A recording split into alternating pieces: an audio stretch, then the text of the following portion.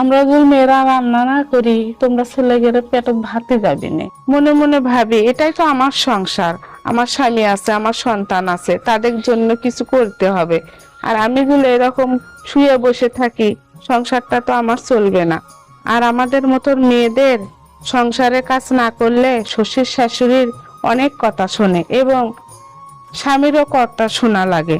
ভালো হলে তো হলো, আর স্বামী যদি খারাপ হয় আপনার কপালটাই শেষ।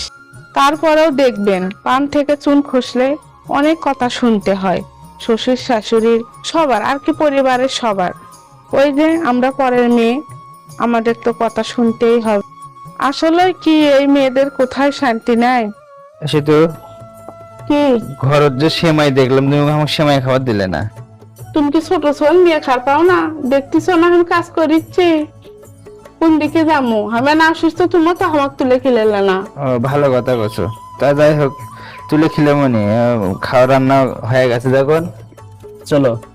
আসলে বউয়েরা কিন্তু সংসারে অনেক পরিশ্রম করে, অনেক কাজ করে, তাদেরকে কিন্তু আমাদের মতো স্বামীদেরকেই দেখতে হয়। তাদের ভালো মন্দ বিষয়টা কিন্তু আমাদেরকে দেখতে হয়। কি কারণে? তারা যদি ভালো থাকে তাহলে সংসারও ভালো থাকে, সুখে থাকে। মানে আমরা যদি কোথাও বাইরে যাই তখন আমাদেরকেও ভালো লাগে যদি তারা ভালো থাকে। আর তারা যদি অসুস্থ থাকে তো কোথাও গিয়ে শান্তি পাওয়া যায় না, সুখ পাওয়া যায় না, মনের মধ্যে সবসময় টেনশন হয়। আসলে পরিশেষে দেখা যায় কি, আমরা পুরুষরা যত পরিশ্রম করি না কেন, কার জন্য করি? আসলে সংসারে যদি বউ থাকে, সন্তান থাকে, পরিবার থাকে, তাদের জন্যই তো আমরা পরিশ্রম করি। তাদের যত কষ্টই হোক না কেন, সংসারে কিন্তু তাদের একটা দায়িত্ব থাকে যে আসলে রান্নাটা করতেই হবে। আমরা যদি মেয়েরা রান্না না করি তোমরা ছেলে গেলে পেটত ভাতে যাবি না, বুঝছো? আর এই যে ভর্তা হচ্ছে, ছোট মাছ দিয়ে কুরকুরি করছি, মাছ ভর্তা করেছি। এখন ভাত খাবো না সেমাই খাবো, সেটা কও।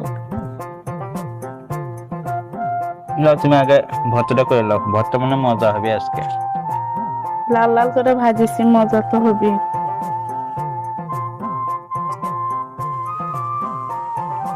তাই বলে তুমি সব খাইও না। এবারে পুরপুরি ভাজালে, আহ পুরপুরি কটা ভাজালে নাও,